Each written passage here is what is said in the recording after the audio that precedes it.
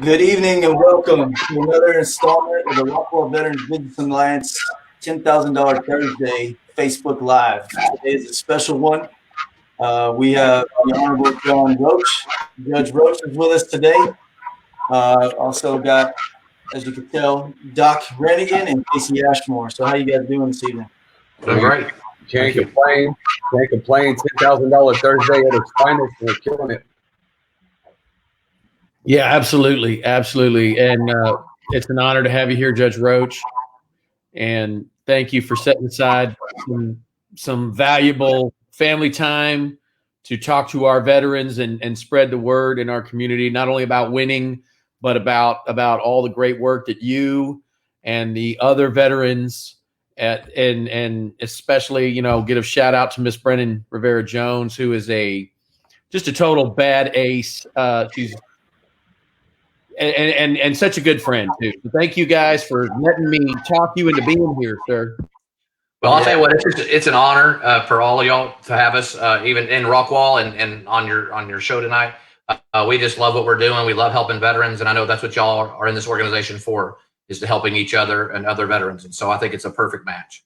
Absolutely. Well, thanks again for joining us. What we're going to do real quick is we're going to do our member spotlight, and then I'll fill in all the details with it. But we want to talk about Navy Corpsman Mike Padina. He owns Lifetime Getaways.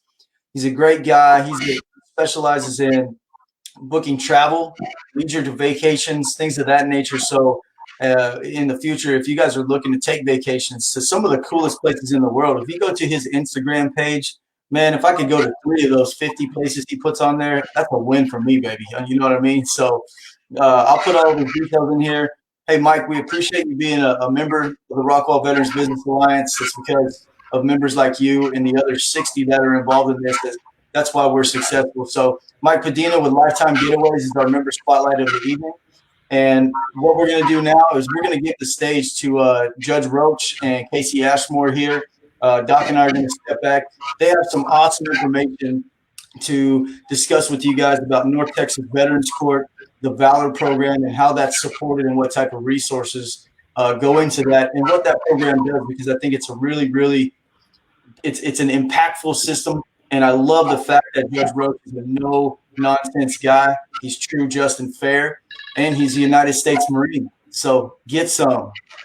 Thank you. All right, Judge. So let me say again, thanks for setting some time aside. And I know that I have talked you into speaking probably at more veterans events than you want to admit, and I probably wear you out with my requests. This is kind of a special one because we haven't had an opportunity to get together. Usually I see you once a month on a Friday, either in Collin County or Rockwall County, because of a veterans court, and COVID has prevented that. So I think maybe the message we have found in our practice that the message is not as loud as it was, and that's one of the reasons why I wanted to bring you in, because we want to spread the word that there is this program available, and that there's other programs available besides just the Veterans Court program. So thanks, sir. Oh, absolutely. It's a pleasure to be here, and it's an honor to do what we're doing. So you want me to go ahead and just take off? Well, and I know we got a couple things to cover, so I'm going to just give a little roadmap. My understanding is that there's a brand new nonprofit that was formed by supporters of the Veterans Court, and that seems to be a big thing that we all need to learn about. The other 2 items, things that I know about because I work in that, are the Valor program and the Veterans Court. And that Veterans Court, for those of us who don't move in the legal world, but I report to Judge Roach. He is my superior officer, just as if we were in the military. And I can advocate for my client, but at the end of the day, he's in charge. And the North Texas Veteran Court is a drug and alcohol diversion program. And that means when one of my clients hits a tripwire, a DWI, a driving under the influence of drugs, or some other incident, if they're an honorably discharged veteran of the United States Armed Forces and they have a service-related, and Judge, correct me anywhere I might misspeak, they have a service-related traumatic brain injury, PTSD, something of that nature that is causing them to self-medicate. And we all know the VA can do some great things, but they've been, I mean, even Texas Monthly ran an article about you go down to the VA, you got 10 problems, here's 10 pills, right? Their solution is pharmaceutical, and that tends to lead our soldiers and sailors down paths maybe we don't want them to go to. And then they hit a tripwire, they got to call me, and now we have the option to call you. That's right. And so what we did is, and you're exactly right, Mr. Ashmore, is that when we're having people come back from deployments or just military service in general, sometimes we come back with different issues. And those issues can be visible, like we see, but we also invisible. And that's really what we're looking at, is the invisible injuries that a lot of these veterans have. And so what happens is like you said, is they self-medicate, or they continue medication that they can no longer get in the VA, or they have an anger problem, or they have PTSD and TBI. And it manifests itself by self-medication, drugs, alcohol, anger, family problems, and stuff that ultimately result in being arrested or being introduced into the criminal justice system. But what we've realized is that the criminal justice system that we typically have for everybody else, I guess, if you will, is not adequate to handle the special needs that veterans have. So, for example, if a civilian were to get arrested on the street, they'd go to the Rockwall County District Attorney's Office, and they would do a plea bargain agreement of some sort. They'd have to plead guilty. They'd be on probation, report to a probation officer, take a couple classes, and that's about it. And that's a one size fits all. But for veterans, that doesn't work. And so that's why the Veterans Court is so important for veterans, because it's completely different. Let me give you some examples. It's a treatment court. And so, for example, when I'm in regular court, it's just me and your client, Mr. Ashmore, and probably the lawyers, and that's it. In Veterans Court, I'll have an entire team in Rockwall County that sits on the court and assists me in helping these veterans. Those include a representative of the district attorney's office. We have the defense attorney. We have a probation officer, the Rockwall County Veteran Service Officer.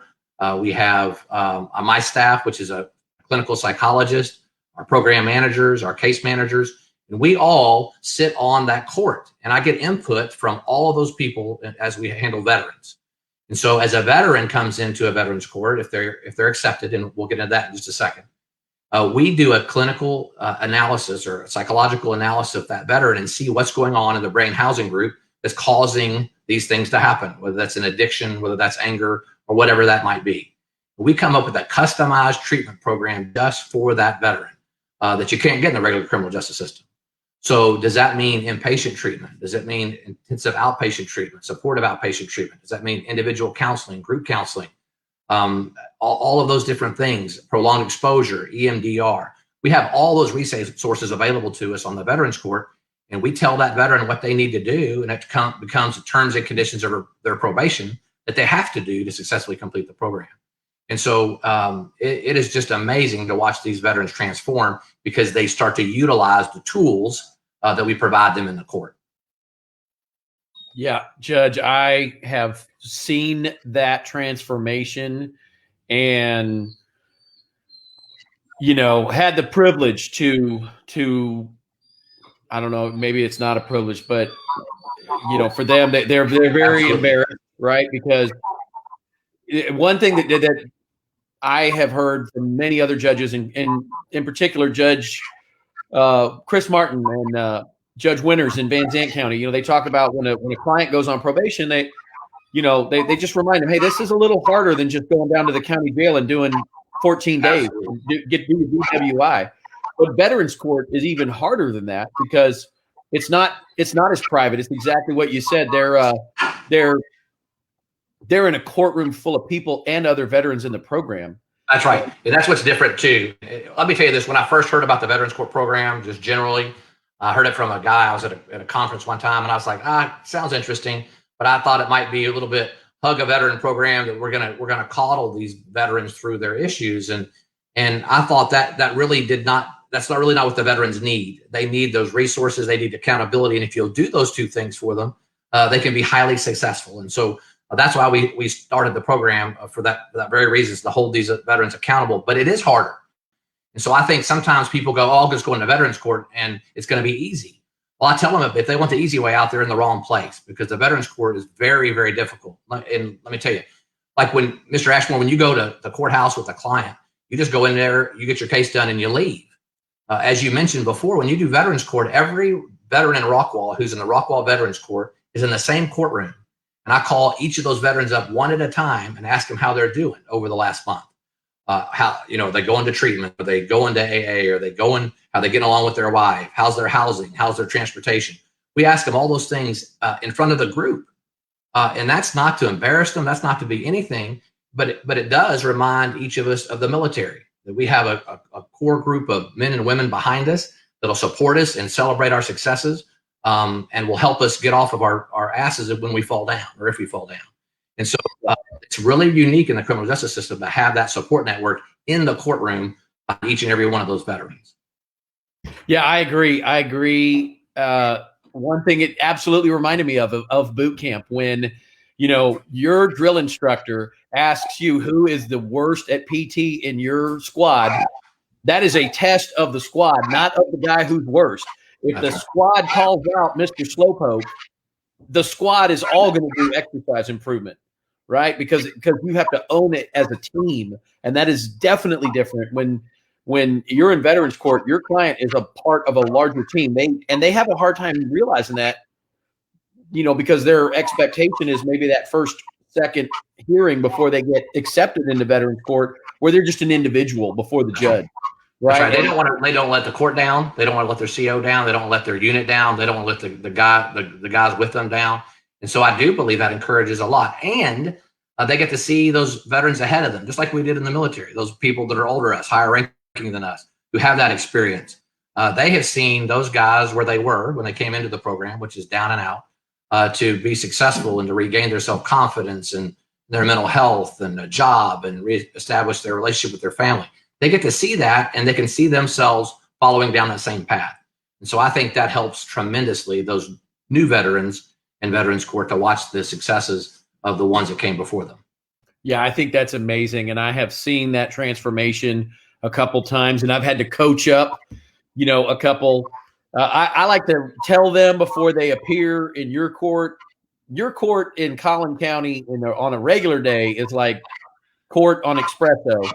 But in Veterans Court, it's like boot camp with a double shot of espresso, and you're in court. And we do push-ups.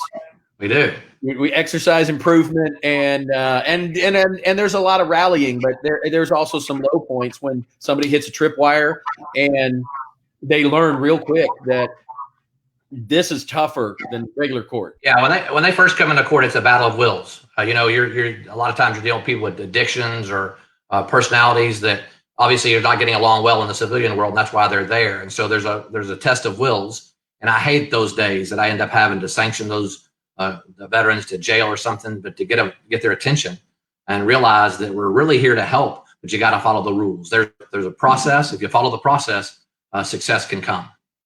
Yeah, I've seen that several times, and something that gives us, I think, an advantage with a Veterans Court client is that we can remind us, like, hey, man, you went to boot camp, right? Or you went to a U.S. military academy, or you survived the Citadel or Texas A&M, the Corps, whatever. You somehow got into the military, which means you've already been to the World Series of beatdown, right? So you can hack this.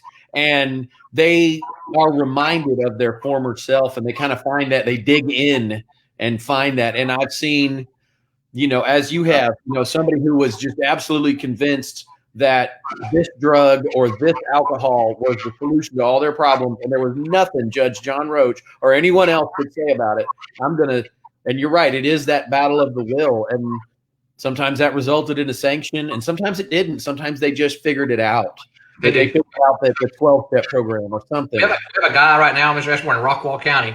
He came the first day of Veterans Court, and he walked out and says, I quit. I'm done. I'm not doing this anymore. And then his lawyer spoke to him, and some other people on the team spoke to him, and he came back in, and now one of our best, most compliant veterans that we have, because he's seen the benefit. But that first hurdle, he wanted to quit. But that's, us veterans don't have that in us, the quit in us. And so he came back and hit the ground running, and he is hugely successful today. In fact, I think he'll commence from the program here rather shortly. That's awesome. Hey, let me ask you a question, because you just hit on that word, commencement. There's a reason why you use that specific word, and I'm going to ask you to tell our viewers what that is, please. Okay, so we had a Marine in our Collin County court, and he did great. Well, I say that when we first came in, we kind of butted heads and had that battle of wills again, and he'd go to jail a couple times. But over time, he got it with the program, and you could see him succeeding. I should back up and say the reason why he was in jail is because he got drunk and beat up his girlfriend, and so he ended up in jail. But so he worked on that. He worked on those anger problems, and he worked through the program. Yes, sir. And he was clipping quite along and did great to the point where he graduated from our program. Unfortunately, within the next weekend, he got drunk and beat up his new girlfriend. And so us as a team, you have to really debrief that, right? And go back and say, where did we go wrong? And so one of the things I tell the veterans is we don't call it graduation anymore, because graduation means we've completed something and we're done. The two examples I give is you complete high school, you graduate from high school, and you're done. You really kind of don't want to go back there. Same with boot camp. You graduate from boot camp and you're kind of done. But when you leave Veterans Court, it's not the end of anything. It's the beginning of a new life. And that new life is sobriety. That new life is with patience and peace. And that's why we call it commence, because the root word of commencement is commence, to start something. It's not the end of something. And so I always want to tell those veterans as they leave our program, you're starting your life. You didn't just end a part of it. And that's really, really important, and an important mindset to have as you leave the court. Yeah, I love that mindset, and I love that you plant that seed. It is a beginning. It is. It'll be a lifelong struggle, and it is. Life is a lifelong struggle for all of us. All of us. Yeah. But it's even more so when you hit the depth of their problems, like they did end up in court. So yeah, right. You're that's a big red flag. I need some help. Let me tell you a success story too, because I really love to talk about this and to kind of give you an example about how people transform over the Veterans Court program. And that is there's this gentleman. By the way, I'm the Veterans Court judge in 5 counties. That's why we call it the North Texas Veterans Court. That's Fannin County, Grayson County, Kaufman County, Rockwall County, and Collin County. It's the only regional Veterans Court in the entire country. So every Friday I take off my day job and I travel to these different counties and preside over their Veterans Court. And so I have the honor of doing that in Grayson County too. And so when we first started the Grayson County program, one of their first veterans came in, and he is a decorated combat Army veteran. And I'm talking, he engaged, he was kinetic. I mean, he put it all out there. He lost a lot of members of his unit during those battles in Afghanistan, and he was struggling. And so when he came back to Grayson County, he was struggling, and he kept drinking. That was his way to cope. And so he drank and he drank and he drank, got in fights. He did whatever he had to do to try to run from these things in his head. So he gets arrested for his first DWI. He gets arrested for his second DWI. And within about a year and a couple of months, he got arrested for his third DWI, which is, as you know, Mr. Ashmore, a felony in Texas. You're going to the penitentiary. About at the same time that he got arrested for his third DWI, a state trooper was killed in Sherman, up in Grayson County, by a drunk driver. And so you can only imagine that the DA up there is going, hey, we're going to crack down on these drunk drivers, and we're not going to catch this. This guy's going to go to the penitentiary. But the DA up there is named Joe Brown at the time, and he didn't like this veteran very much, because he has this problem. He won't get his fix. He's going to kill somebody. But he decided to give it a chance, and he decided to go ahead and let him into Veterans Court. And that's when I first got there. He was our first veteran at Veterans Court. And again, we butted heads significantly. But then he got the rehab. He went to the Bon-Dom in Bonham, which is the VA facility there in Bonham, and for alcohol treatment. And he worked the program, and he went to AA, and he worked the program. He got individual counseling. He did prolonged exposure therapy. He did EMDR. You name it, he availed himself to it. And you could slowly see over the couple of years that he was there, him to come get back to who he was. The guy's there in there. And we just got to get him out. And so we watched him do it, and we watched him do it, and he watched him do it. He got a job right before he commenced from our program. And so he's successful. He had a place to stay. He had a new truck. He had everything going for him, and he did great. And he commenced from the program. And then I said, so I'm not a combat veteran. I didn't pull the trigger or anything like that. And so there's sometimes I can't relate to some of these veterans who have done that. And so I would send this gentleman out to different veterans and just vet them for me and see if he can make a connection with them who were struggling with the same things he did. And he did a great job at that. And so over time, I saw these great work that he was doing with veterans. And then we still have a grant from the Texas Veterans Commission who allowed us to hire a case manager too. And so I was like, who's the most perfect person for this job? But this guy, his name's Colt Floyd. And so the first time I ever saw Colt Floyd in my life was in the courtroom in shackles and a jumpsuit from the Grayson County Jail. He now works for me as an Army combat veteran, helping other veterans as a case manager. And that's what Veterans Court's about. That's a amazing story, and it's great to be reminded of it. And thank you for sharing it with all of us, because a lot of these young men and women, they come back and they just don't know that there's hope, right? I've worked with an Army veteran. She was not a combat veteran. She was a murder investigator for 21 years. Wow. And when you think about everybody that you meet on a base is a suspect because they're all trained killers, and you're wearing a bullseye, right? You're not only a badge, you're a badge in the Army. That's right. You got a bullseye on your back all the time. And, the amount of stress, anyhow, just the fact that this program is there to help them find a way. Find hope and know that there's a solution. And the people before them have suffered from the same things, still do. And there's hope and there's treatment and there's a way out. And we get in the ditch with them and help dig them out. That's great. That's great. Now, I know you've got other things to do, and I'm not going to try to anger Mrs. Roach. So we want to talk about Valor. Okay. And because that is, the RVBA had a little bit to do. We got to go up there and help paint it, paint a Marine blood stripe in the Valor tank.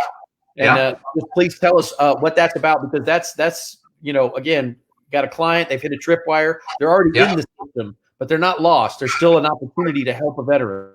That's right. So that's what happened to me when I was in as Veterans Court. If say a veteran, we had that battle of wills, and he won't get the message or she won't get the message, and we continue to have the battle of wills, and they have to follow the rules. It brings down the entire program if we don't enforce the rules. And so I, as a judge, have a choice to either throw them in the penitentiary or let them stay in the program and keep using or keep bringing the program down.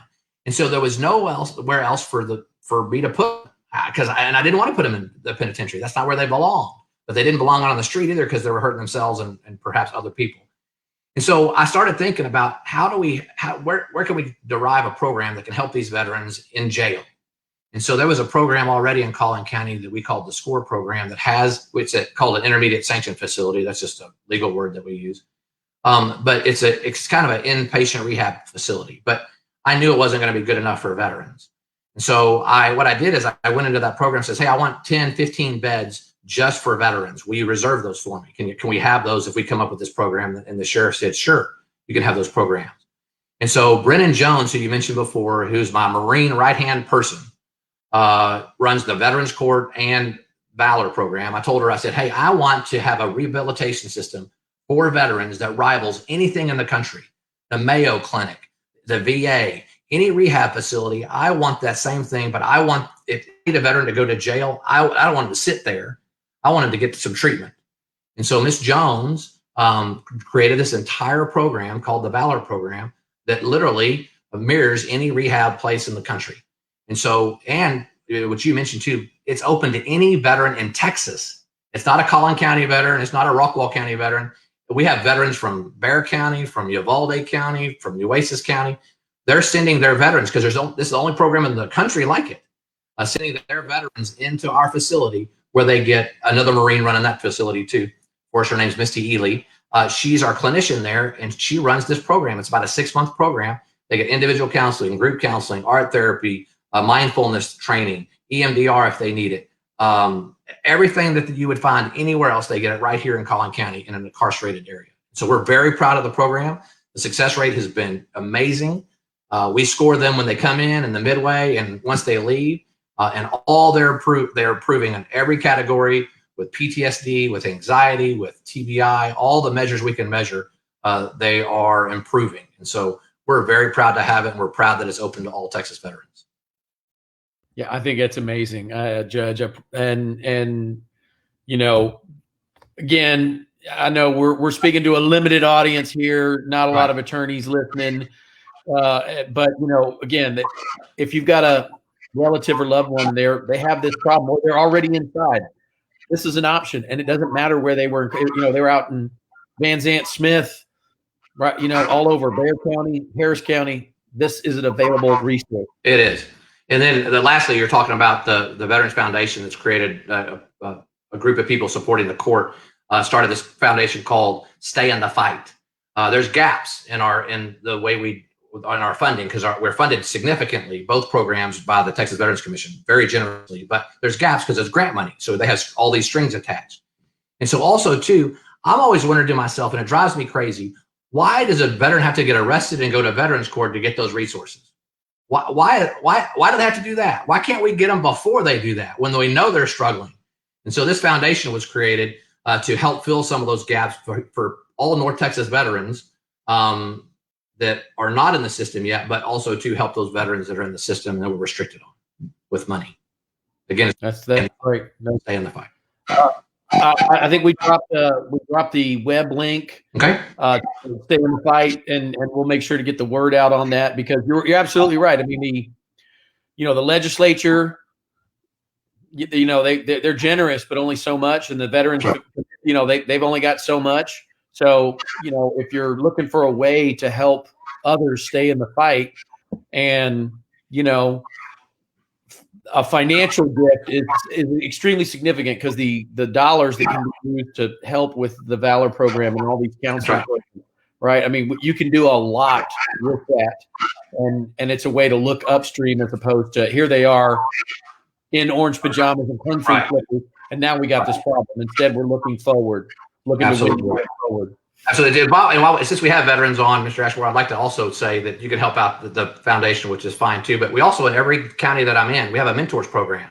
We're looking for mentors to mentor some of these veterans that are going through the Veterans Court program. So that's certainly another way you could help the court and these struggling veterans. Yeah, absolutely. I've here in Rockwall, we have Joe Lynch, Clint Avenatti, Aaron Withrow, Lee Gilbert, and some other key people. But the same thing. If you want to get involved, you want to volunteer again. This is or I'll tell you what, this too. I'll make this offer to anybody. Is if you want to come in and watch court just to see what it's like, I can talk to you about it, and Mr. Ashmore can tell you about it from an attorney's perspective. But until you sit in that room and watch these veterans, you don't quite understand the transformation they're going through. So I encourage anybody who wants to come up to the Rockwall County Courthouse. We can get you the dates and come sit through a veterans court. We'd love to have you just to show your support. And if Jones is watching, she give me the date and time of the next Rockwall court, then I will tell everybody when that is. Let me see. I'm going to tell you it's going to be the December the 4th. I believe it starts at 1:00. That's 1300. Yep. And then that's 1 p.m. for Air Force, right, guys? That's right. Our lunchtime for Air Force, wasn't it? It's time to tee off. Is that? Yep. That's it. Hey, listen, one last thing I want to tell you, because I think Jeff wants me to talk about this too, because your whole theme for this month is winning, what winning means. And so Jeff, I'm kind of stomping on you a little bit, but I'm trying to get it. You get what they asked me, what is winning to me? And I have to tell you, it's just simply peace. And that means, because I'm watching these veterans struggle, and whether that's financially or mentally or myself or whatever it is, if we can be at peace in our business, that we're doing the right things, we're making the right choices, and we're doing the right things by our employees and for our business, and that's peace, and you sleep well at night. If you have that mental peace, that you accept things for what they are, and go forward and work on yourself and concentrate on yourself and use mindfulness and all that stuff, that's a peace that we can use. And so to me, if my mind's at peace, my body's at peace, my business is at peace, and all that stuff, then I think I'm winning. And that's just my little tidbit about that. You break that down Barney style, Marine. I love it. Yes, sir. Hey, Judge, we appreciate your time. It means a lot to us that you take the time to come out here. Absolutely. We definitely look up to you for what you're doing for veterans. Obviously, it means a lot to all the veterans out there to have Marines and veterans like you taking care of our own. So Semper Fi, brother, we appreciate everything you do, and thank you for your time this evening. Thank you for having me, and happy Veterans Day to everybody belatedly. Thank you so much. Bye. Enjoy your evening, sir. Thanks, Judge. Wow, talk about a powerful program, man. I mean, I've known about this program for quite some time. I'm taking my ass December 4th and going to watch that program because, wow, that's all I can say, man. I mean, it's crazy to see that there's a program that's strictly for veterans that need the help. But what's even cooler to me about the situation is the winning outcome on the outside. I love that he doesn't call it graduation because true repair of oneself never finishes. Would you agree with that, fellas? Absolutely. Hell yeah. You got to keep being better than you were yesterday. Yeah. Right.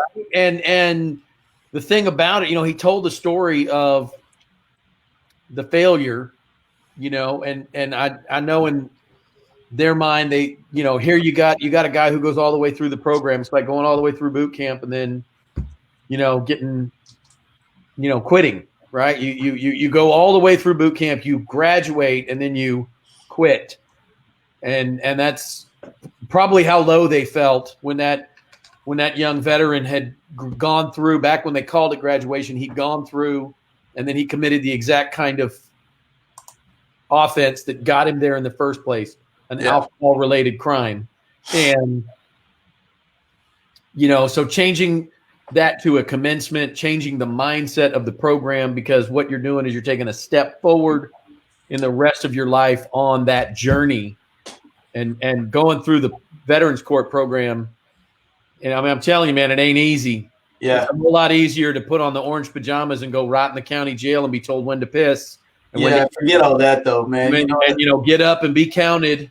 Nah. Do that for 24 months. That's a whole lot easier than dealing with Judge Roach every fourth Friday. So the best thing about what he's telling us is not only that he's supporting that unique niche, right? Because as veterans, we're a niche. We're a small population of it. But to segue into our conversation tonight is we're going to talk a little bit about individually what winning means to us and how you can apply what we think winning is to your business. So I'm going to go ahead and give the floor to Doc real quick because, Doc, you started out winning this live feed this afternoon by eating some cheesecake. So you were smiling like a big dog, brother.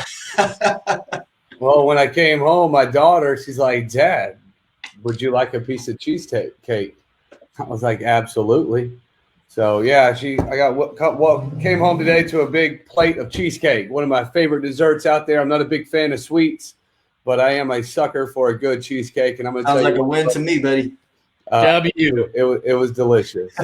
W. I love talking about winning. I can't tell you enough. There's so many different analogies for winning. There's so many different definitions to different people about what winning means to them. I love what Judge Roach said when he said peace in your own mind. I'm telling you what, that is huge. Whenever you own your mindset, that's a win all day long. I'm sitting here with this book right next to me. It's like How to Own Your Mind. You know what I mean? And to be able to have clarity and maintain your vision is a huge win. But for me personally, I started 2021 out, not 2021, but 2020, started it out with a vision board. And as I'm wrapping up 2020, I'm sitting here looking at the vision board as I'm talking, and I'm just going off there and I'm checking off the boxes of everything that I accomplished, the relationships that I wanted to create throughout the year, and how I accomplished those, how I arrived at that destination. Because to me, my relationships today are the wins for me. And I know that may sound crazy, but I promise you, 6 years ago, the relationships that I maintained made me a loser. Okay. The path that I was on 6, 7, 8, 9 years ago, I wouldn't even be in the same damn room with you folks. You know what I'm saying? I was on a far path to destruction. But whenever I decided to build new relationships with like-minded individuals who wanted the same end result that I did, a transformation took place. And I promise you, it didn't happen overnight. It's continuously happening. it's 5 years down the road in respect to the relationships that have been built with inside my inner circle, and then my sphere of influences, and then even the clients that I now take on, right? So I'm at a position to be able to choose the relationships that I want to be in, and it can either benefit me financially, spiritually, the people I work out with. So it's huge for me to be able to continue to maintain solid relationships with like-minded people moving forward for the remainder of my life, because you can have all the money in the world and be surrounded by crackheads. Well, you're going to just be a rich crackhead. Yeah. You know what I'm saying? And that's it. You know what I mean? You're not going to have that peace that the judge was talking about in your brain if you're surrounded with people always tearing you down, or always for a handout, or always, you know what I mean, just bursting your bubble all the time. That just will it'll deflate your whole spirit, man, and it's just not worth it. Yeah, you know, the relationships that I think people don't. I think they underestimate that term, relationships, because if you stop and you think about everything you do in life, family, friends, your business, it all starts with a relationship, right? I'm going to go out on a limb here and say, I bet you within the first 5 seconds of meeting somebody, you can say, yeah, nah, or yeah, I like this guy or gal, right? So relationships is something you have to, and to tie that into business, you have to take those and you have to nurture those. It's like planting the seed, you know, the analogy. You can't just meet someone the first time and expect them to trust you, like you, love you, blah, blah, blah. You got to take that, like Doc is saying, and really nurture that and make that a personable relationship, right? Because not all relationships are I like this guy or gal, right? So relationships. So I love that, Doc. I think you apply that well here within the circle of the RVBA. I think you apply that with your business well, and I think a lot of people can take away a lot from what you're saying there. If you got questions, you know, those who are watching or go back and watch this later, you know, we love to have your feedback. We love to, you know, what do you think winning means to you guys? Everyone has a different outlook on it. Casey, what do you think, brother? What do you got to bring in? Well, you know, you're right. Winning is it. Everybody has a unique definition, and you know, I actually took your challenge, and I wanted to break it down in my own mind. And by that, I went to the book. I looked it up in the dictionary. It means gaining, resulting, or relating to victory in a contest or competition, right? Victorious, successful, triumphant, vanquishing, conquering. Those are words that are similar, and something that is won by success or in competition. Well, I think winning is being better than you were yesterday. Okay. Winning is something you got to do every day. You got to get up, right? And you got to train so you can win every day. And the only way you can win every day is if you're better than you were yesterday, in my mind. Yeah. And that, to me, that's different from finding that peace, but it's also similar to that, you know, what Judge was talking about or what Doc was talking about. It's a very similar concept, because, you know, that is a peace that you got to find every day. You got to quiet your mind from the noise of the world, right? And focus on God, health, and wealth, and occasionally some cheesecake instead of, you know, booze, tobacco, hookers, cars, you know, the trouble that we used to chase when we were struggling, right? When we were not finding ways to win, when we were dealing with our problems in self-destructive or negative ways. And we've been blessed with the opportunity to get our minds right, get in a room full of people who want to win, right? By surrounding ourselves, just like Doc said, surrounding ourselves with like-minded people, with people who have this mindset of God, health, and wealth. We may call it something else, right, Doc? Yeah. We may call it be legendary. We may call it, you know, we may call it any number of things, right? But it is the same. We knew the hustle muscle, hustle mode, whatever you want to call it. Jamie Bonetto, I see you out there hustling. You better get up to that Grayson County Veterans Court, buddy. But these are ways that we win, right? We find each other, we find other winners, we surround ourselves with that, and that brings that peace to your mind, that inner calm, right? Because you know that you're better than the motherfucker you were yesterday. And that's better than you were than that guy 10, 20 years ago. So let's touch on that, because we say that a lot. Be better than you were yesterday. And to me, that's straightforward. I have that mindset, right? And I surround myself with guys who have that mindset. So be better than you were yesterday. How do we apply that to someone's business? Me, the first thing I would say is we call them tailgate meetings, right? In the construction world. Be better than you were yesterday. So every morning, maybe have a little powwow with your team. Stand up, don't sit down. There's no time for coffee and donuts. This is something that we're talking about, a 2-minute in and out type of thing. Hey, what did we do yesterday that we can improve on today? And maybe there's not a lot of banter back and forth or whatever, but just leave your team with that seed. Remember, we talked about planting that seed for the relationship, right? Do a tailgate meeting with your crew every morning. What can we do better today than we did yesterday? And just run with that. You're going to have some feedback. And if you don't, that's okay. At least you left them with the seed. Your team's going to think about it, right? Yeah, I know that what we implement in the companies that I hang out in is we do a 60-day review. You know what I mean? Where I talk with, this is my man Casey. I love this dude to death. Just screw it, brother. Don't even worry. Dave just knocked over all the. Don't worry, man. We got one for the highlight. We got that on the bloopers. Yeah, we got that on the bloopers. I love it. That's why I love being live. You just never know what will happen, what's going to go down, and you got a great date. Yeah, that's it. Turn the ceiling fan out the wall. You got me ducking over here, man. I'm telling you what, our live feed, our viewership's fixing to go through the roof. Just keep jacking around, man. We got these viewers up. Hey, so I need Dan Bailey over here.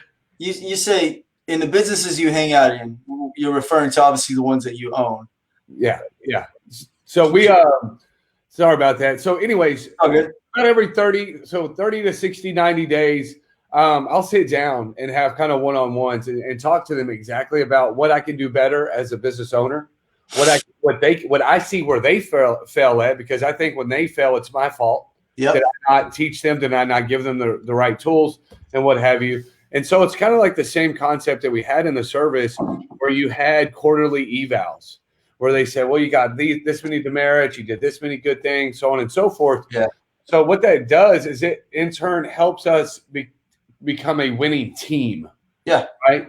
Because that's the end result that we're all really looking for if you're a business owner, is to have a winning team so you can have a winning business.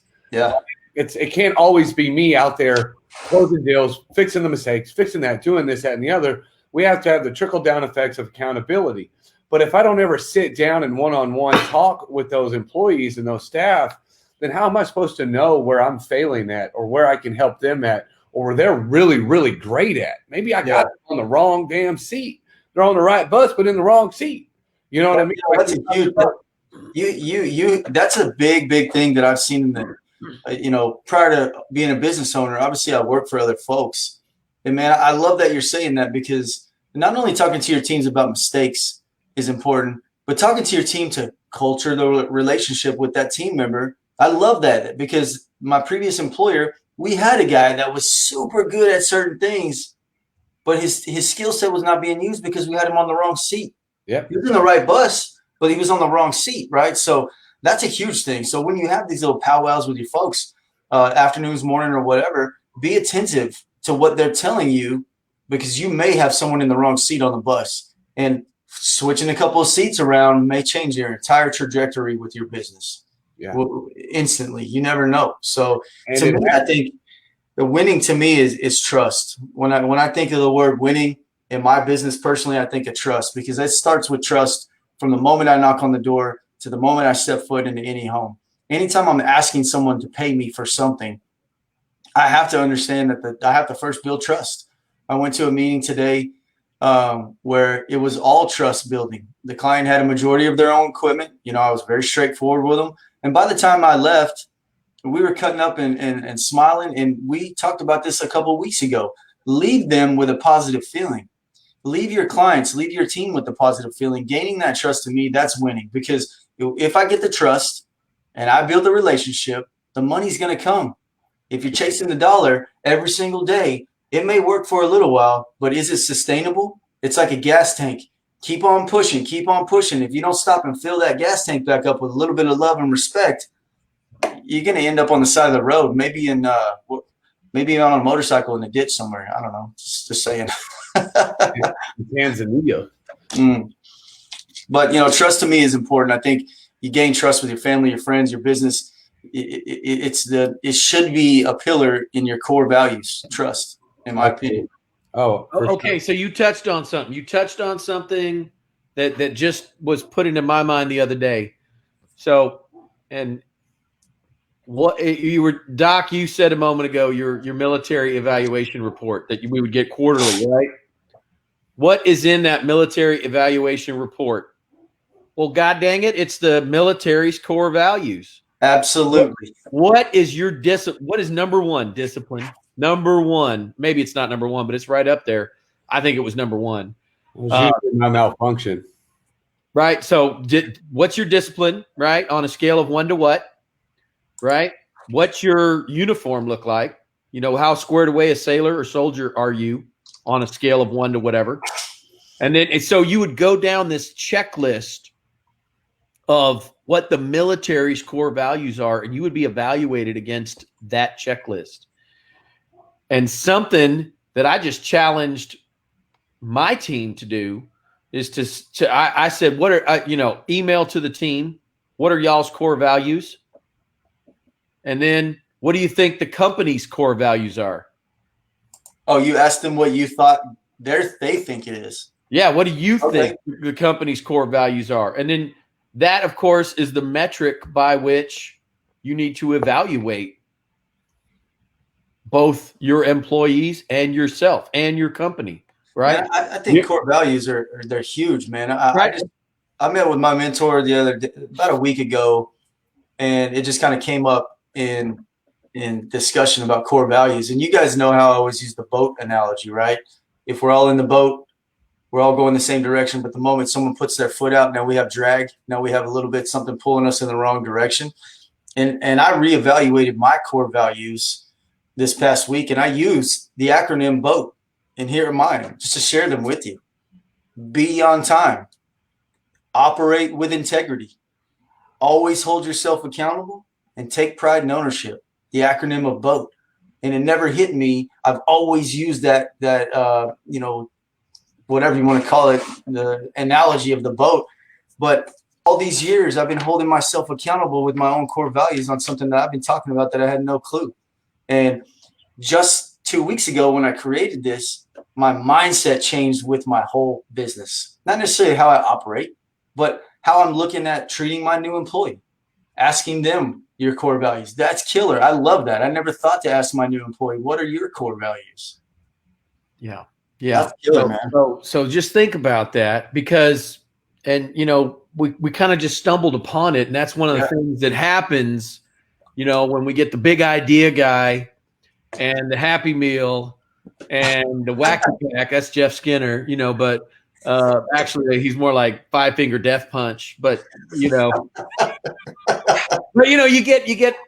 that together and you start thinking about the way we were evaluated in the service. Was on the service's core values. And you touched on something else, that if you are approaching your customers with a service over gain, a service above self attitude, right, you're going to get everything you want in this world, because you're going to help so many other people get exactly what they need and want, right? And that's the right attitude. That's what the military taught all of us, right? We help our unit accomplish the mission. Absolutely. Right? Sky's the limit. Let me ask you guys a question real quick. Shitbird, you're going to be going down and you're going to be swabbing the bilge out, right? You're going to pump out the tank, right? Let me ask you a question while we're touching, Doc, on core values real quick. So I just kind of shared my kind of updated core values. Do you believe that your core values should also be attached to, these are my core values and what I expect, and here's the other side of the boat. These are the ones I'd expect you not to do. Do you guys have a list of things that are actions that I would say get you kicked out of the boat? You know, you do, but are they written? No, they're pretty much unwritten. Yeah. Because it's directly opposite of my core values. So if your core value is be on time and you're not on time, I don't need to tell you. You see what I'm saying? Yeah, totally. So, I mean, obviously my three core values pillars are the God, health, and wealth kind of core of what I believe in. And so if I need to tell my employee that they need to be on time, you need to be on time, right? Or you need to believe in something bigger than yourself. You know what I mean? I'm not going to tell them who or what to, how to believe in. Yeah. Have some sort of a spiritual influence in their life. They need to figure that kind of stuff out. Otherwise, they have no life. They don't bring any life, no energy. And I'm a high energy individual. And if you're working with me, I'm telling you what, I need your energy level to be, you don't have to be as high as mine. Okay. I'm a different, unique individual, but you definitely need to bring some energy. You know, you can't be a sloth. You can't be lazy. You better be ready to go. You better be ready to think outside the box to be able to take a problem and be willing to solve it. Adapt.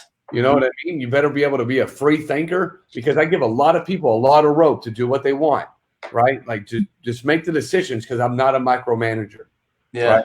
And I think that helps me become a better leader, because when I do have that 60, 90-day evaluation with those people, and I've given them that rope, then I can start tugging back on the rope and going, hey, look, this is where I saw you kind of fell at. This is what we worked on for those 90 days. And that will allow me to determine if I can let that rope go forward and give them additional responsibilities, or do I need to bring them back in and say, look, let's just focus on this right now so that we can become better. And as we hone in on that kind of stuff, they become better over time.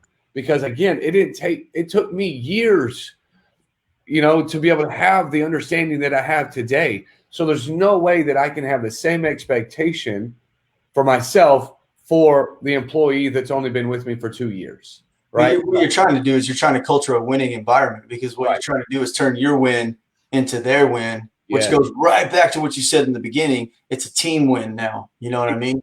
Casey's blowing up over there. His team is winning.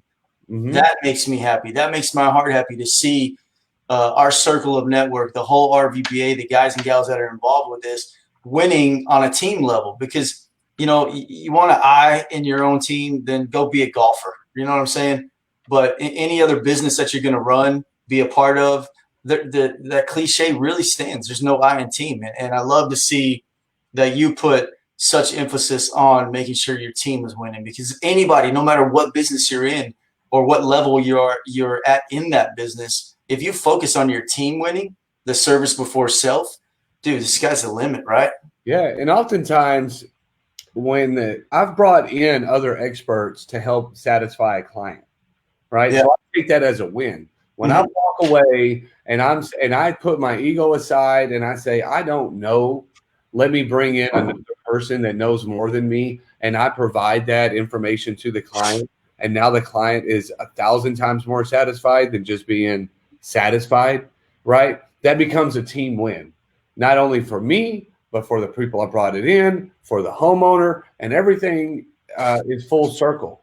Everybody is on a win-win foundation. I think David Covey created 7 habits of highly effective people. And those are one of those 7 habits, is always trying to create a win-win situation. Now it's tough, right? People say, well, always got to be a loser. I was like, no, man, there's always a silver lining somewhere. We can always pull the good out of a bad. And that's how a divine win. Check this comment out. Casey, check that comment out and touch on that. I mean, we got about 5 minutes left, because I want to do about a 30-second little discussion on our event Saturday here. That's a solid comment right there, man. Big Ruck. Yeah, Big Ruck. Reevaluating myself by allowing my teams to give quarterly reviews on my leadership is a way that I'm able to build dynamic teams who truly buy into the core values of all my companies. So he's taking that approach and flipping the script. Yeah. That's a characteristic of a great leader, to say, who am I and what do you think I need to be better at?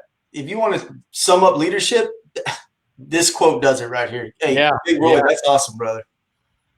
Big Ruck. That's I the mean, goal. that is innovative. That defines winning, right? Because that's innovative, that's to the point, that's allowing your employees, not only is the evaluation of the employees against your team's core values, just like in the military, right? Discipline, leadership, achievement, success. Yeah. Right. But also goes back the other way, right? And I know that you guys hate to hear me talk about things that I love about Bill Belichick. Bill Belichick does this, right? You love him or hate him. He's thrown away the dynasty. He hasn't thrown away the dynasty. Who cares? The guy's a winner.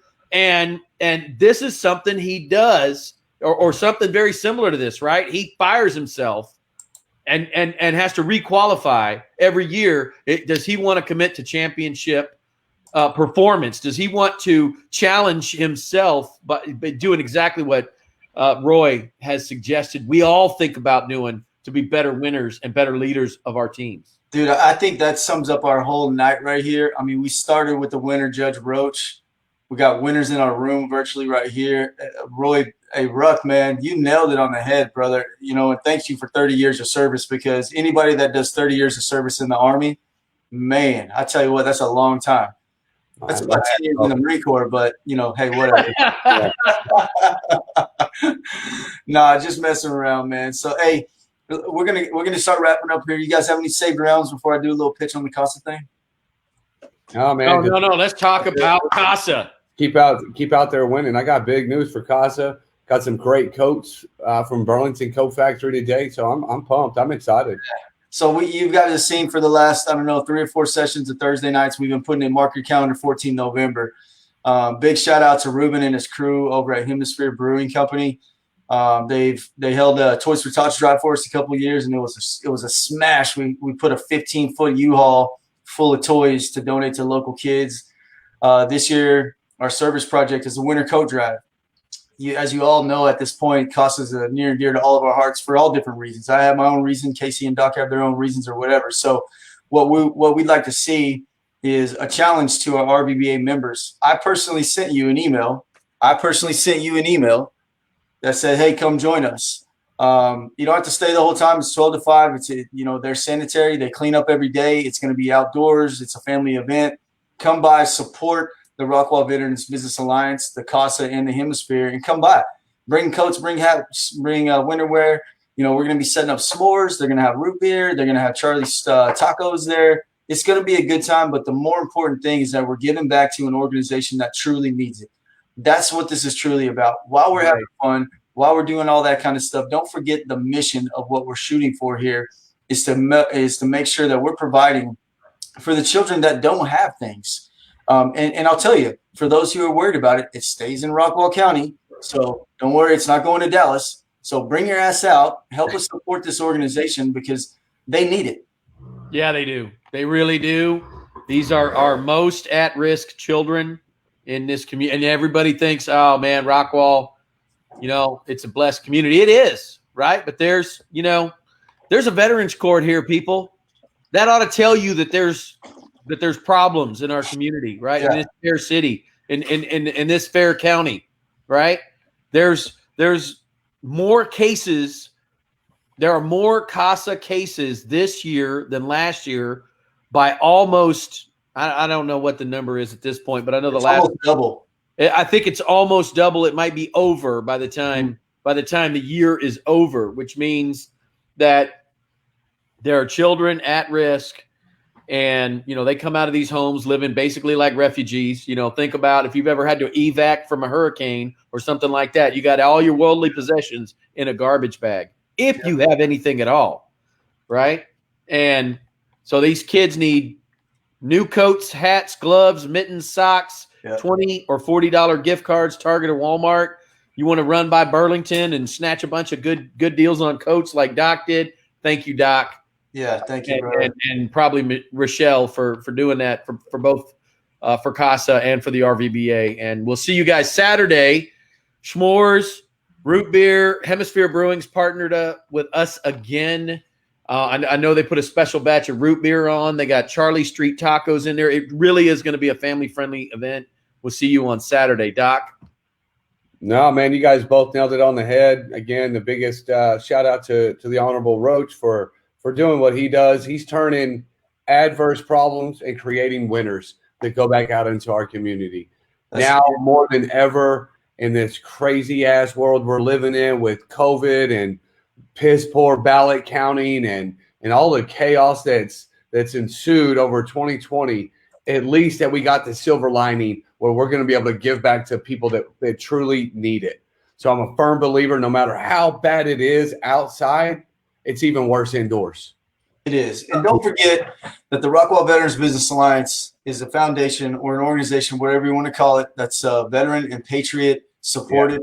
Yeah, we have veterans that are involved. We have patriots. Some of our best members are not even military veterans. We love them just as much, and they're just as vital to all of us. So we put this out every week. We say this every time. We do this every week. We've been doing it for 30-something weeks or whatever. We need your input as members. If you're not a member and you want to get on and talk about something you feel like we're missing or overlooking, bring it. Let us know. Shoot us a message.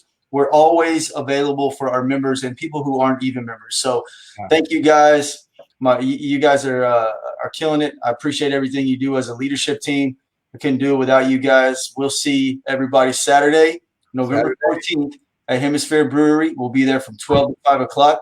Tomorrow, $25,000 Friday, boys. Go get it. All right. Have a good night, gents. Semper Paratus. See you guys. Bye, boy.